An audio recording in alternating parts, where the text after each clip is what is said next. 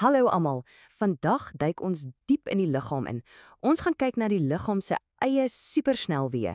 Ons gaan uitvind wat gebeur as hierdie kritieke roetes geblokkeer word en nog belangriker, hoe chirurge dit regmaak. Goed, kom ons spring sommer dadelik weg. Stel jou voor, hierdie is jou liggaam se N1 hoofweg. Hierdie reuseare, die brachiosefaliese arteries, is die hoofpaaie wat bloed vanaf die hart pomp. En nes op die regte N1, as daar 'n massiewe verkeersknoop, 'n blokkade is, veroorsaak dit absolute chaos verder af op die pad, veral vir die brein en die arms. So, wat beteken hierdie syfer? 70 tot 75%? Wel, dit sê vir ons dat die meeste van ons die standaard handboekuitlag van hierdie hoofare het. Maar dit beteken ook dat tot 1/4 van alle mense variasies het. Die bekendste een word 'n beesboog genoem. Vir 'n chirurg is dit kritiese inligting. Dis soos om te weet of jou GPS jou op die hoofweg hou of op 'n onbekende systraat gaan stuur. Jy moet die padkaart ken voor jy begin. So, as daai hoofweg begin toemaak, begin jou liggaam waarskuwingsligte slits. En hierdie is daai ligte. Elkeen van hierdie simptome is 'n alarmklok wat sê bloed vloei na 'n belangrike area is in die moeilikheid. 'n Beroerte is natuurlik die rooiste lig van almal, maar selfs iets soos armpyn, wanneer jy iets probeer optel, kan 'n teken wees van 'n ernstige probleem in een van hierdie hoofare. Goed, die alarmklokke gaan af. Wat nou? Hoe vind dokters presies waar die verkeersknop is en hoe erg dit is? Wel, dis waar die speurwerk begin. Hulle moet 'n presiese padkaart van die probleem opstel voor hulle enigsins 'n plan kan maak. En hierdie speurwerk volg 'n baie logiese roete. Hulle begin met die basiese goed, voel vir polse, met die bloeddruk in albei arms. 'n Groot verskil tussen die twee arms is dadelik 'n rooi vlag. Dan gebruik hulle 'n ultraglank om letterlik te luister en te sien hoe die bloed vloei. En vir die finale, supergedetailleerde 3D-kaart gryp hulle na die hoë tegnologie skandeerders. Nou, hierdie twee skanderings is soos twee verskillende soorte hoë tegnologie kameras. Elkeen het sy sterke en swakpunte. 'n CTA is blitsvinnig en briljant om die plaakopbou te sien, maar as daar baie kalsium is, kan dit die prentjie bietjie vertroebel. 'n MRI aan die ander kant gebruik geen bestraling nie, maar as die bloed baie stadig vloei, kan dit 'n blokkade soms erger laat lyk as wat dit regtig is. Die dokter kies die regte een vir die werk. En hier kom ons by 'n regtig belangrike punt, miskien die belangrikste van alles. Net omdat daar 'n blokkade is, beteken dit glad nie jy het 'n operasie nodig nie. Baie mense leef doodgelukkig met hierdie goed sonder dat dit ooit 'n probleem word. So, wie kry dan wel die operasie?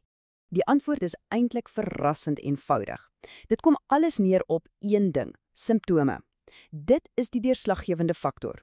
Chirurgie word amper net oorweeg as die pasiënt aktief probleme ervaar as gevolg van daai blokkade. As jy nie probleme het nie, is die strategie gewoonlik los dit uit, hou dit fyn dop en bestuur dit met medikasie. En kyk hier, die syfers vertel presies dieselfde storie. Sien jy daai massiewe stuk van die koek? 70%? Dis neurologiese simptome, beroertes of waarskuwings van beroertes. Die nommer 1 rede vir chirurgie is, sonder twyfel, om die brein te beskerm. Armsimptome is die tweede grootste rede. Dit gaan alles daaroor om 'n katastrofe te voorkom en jou lewenskwaliteit te behou. Goed, so die besluit is geneem, 'n operasie is nodig. Wat nou? Wel, die chirurg staan basies voor 'n vurk in die pad, met twee heeltemal verskillende roetes om te volg. En hier is daai twee roetes. Die transtorakale benadering dink daaraan as 'n volledige herkonstruksie van die snelweg.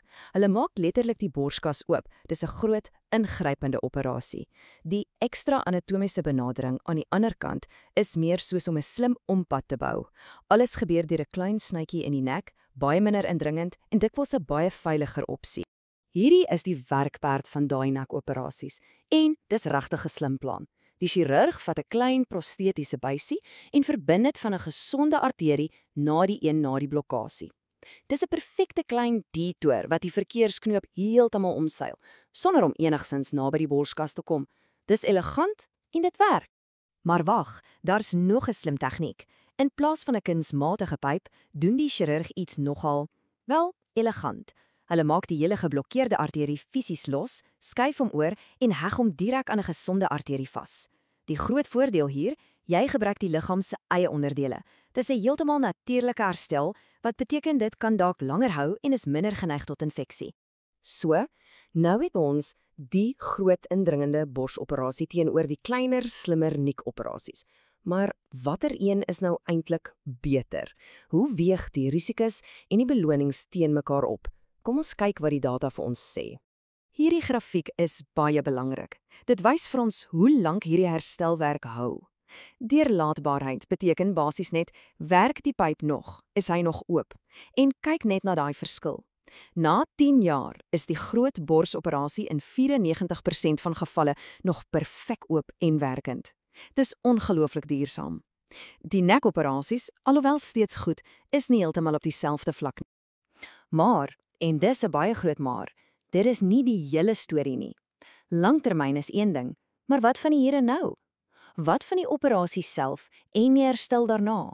En dis waar die prentjie heeltemal verander. Die risiko vir 'n beroerte of erger is min of meer dieselfde vir albei. Maar kyk na die res. Die kans op ander komplikasies is baie laer met die nekoperasie en die hospitaalverblyf is baie korter. So, wat is die slotsom? Dis eintlik baie duidelik. Daar is nie een beste antwoord nie. Dis 'n klassieke geval van 'n afruiling. Moderne chirurgie gaan alles daaroor om die regte operasie vir die regte pasiënt te kies. Vir 'n jong, sterk persoon is daai langtermyn duursaamheid dalk die risiko werd. Maar vir 'n ouer, meer broos persoon, dan is daai veiliger, vinniger herstel van die nekoperasie die voor die hand liggende keuse. Maar die storie stop nie eers daar nie. Die hele veld van chirurgie is besig om te verander. Die nuwe neiging is om selfs minder indringend te wees, om glad nie eers 'n groot sny te maak nie. Hulle noem dit endovaskulêre herstelwerk, waar hulle met dun draadjies en kateters binne in die bloedvat self werk. En vir al hoe meer mense word dit nou die nommer 1 opsie. En dit los ons met 'n laaste, nogal opwindende gedagte. As tegnologie so vinnig aanhou verbeter, as ons maniere vind om alles van binne die are af reg te maak, gaan ons ooit 'n punt bereik waar die idee om iemand se borskas oop te saag vir hierdie probleem heeltemal iets van die verlede is, 'n storie wat ons eendag vir jong dokters sal vertel. Net die toekoms sal leer. Baie dankie dat jy saamgeluister het.